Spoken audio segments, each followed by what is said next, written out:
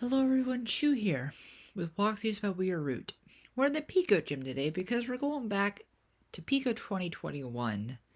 This isn't anything I made tutorials for, so I apologize for that. But, as of right now, Pico 2022 is happening, so it'd be nice to get back into the swing of tutorials, because I can't currently upload tutorials for the current challenge.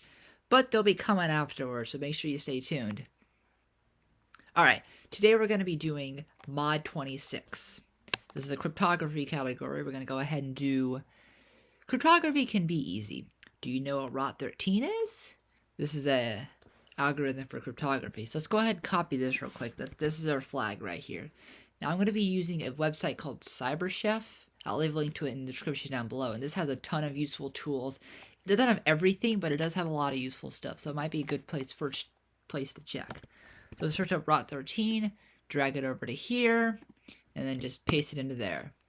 And look at that, there we go. We can click this to copy it, and then paste it into here. And there you go, just like that, we earn 10 points. Like I said, make sure you stay tuned. I'll be uploading a lot more tutorials just to make sure, get y'all prepared for the 2022 challenges we have up ahead. Thank y'all for watching, and I'll see y'all next time.